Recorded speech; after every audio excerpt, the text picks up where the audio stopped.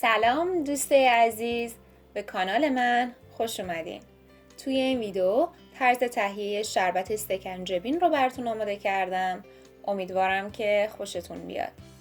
سکنجبین یکی از شربت‌های قدیمی هستش که از گذشته تا به امروز بسیار مورد استفاده و محبوب بوده و برای دفع سموم از بدن و همچنین التهابات ناشی از گرما بسیار مناسبه. قبل از هر چیز اگر تا به این لحظه هنوز سابسکرایب نکردید لطفاً سابسکرایب کنید و بدونید که حمایت‌های شما مشوق من برای ساخت ویدیوهای بهتر و با کیفیته. مواد لازم: شکر 2 پیمانه،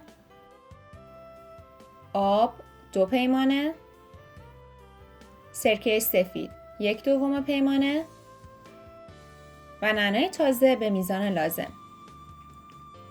ابتدا شکر رو به همراه آب داخل یک ظرف میریزم و روی حرارت متوسط گاز قرار میدم.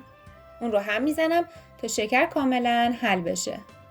بعد از گذشت 10 الی 15 دقیقه که شکر کاملا حل شد، اگر کفی روی سطح ترکیبتون ایجاد شد حتما اون رو جدا کنید.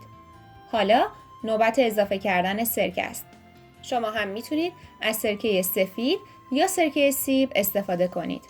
در گذشته معمولاً به سکنجبین میگفتن سرکه و انگبین که از عسل طبیعی تازه استفاده میکردن. شما اگر دوست داشته باشید میتونید به همین نسبت میزان شکر رو با عسل جایگزین کنید و سکنجبینتون رو با عسل تهیه کنید که خب قطعاً بسیار هم خوشمزه تر میشه.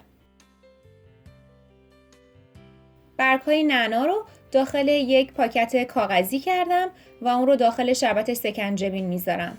به مدت نیم ساعت با حرارت ملایم اجازه میدم که شربت بجوشه و به قوام بیاد. در این حین حتما به این نکته مهم توجه بکنید که شربت سکنجبین شما بعد از سرد شدن میزانی غلیظ‌تر میشه و حالت سفتری به خودش میگیره.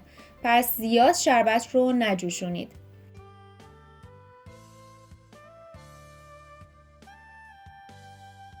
بعد از اینکه شربت قوام اومد، اون رو داخل ظرف مورد نظر میریزم و اجازه میدم که سرد بشه.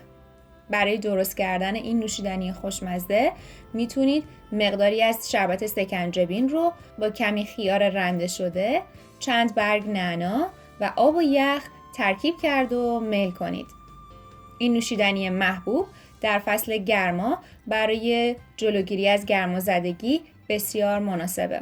همچنین مصرف دیگه سکنجبین در روز 13 بدر همراه با کاهو و خیاره که بسیار محبوبه. امیدوارم که حتما 13 بدر امسال این شربت خوشمزه رو درست کنید و در کنار عزیزانتون توی طبیعت لذت ببرید. خوشحال میشم که این ویدیو رو لایک کرده به اشتراک بذارید و فراموش نکنید که سابسکرایب کنید.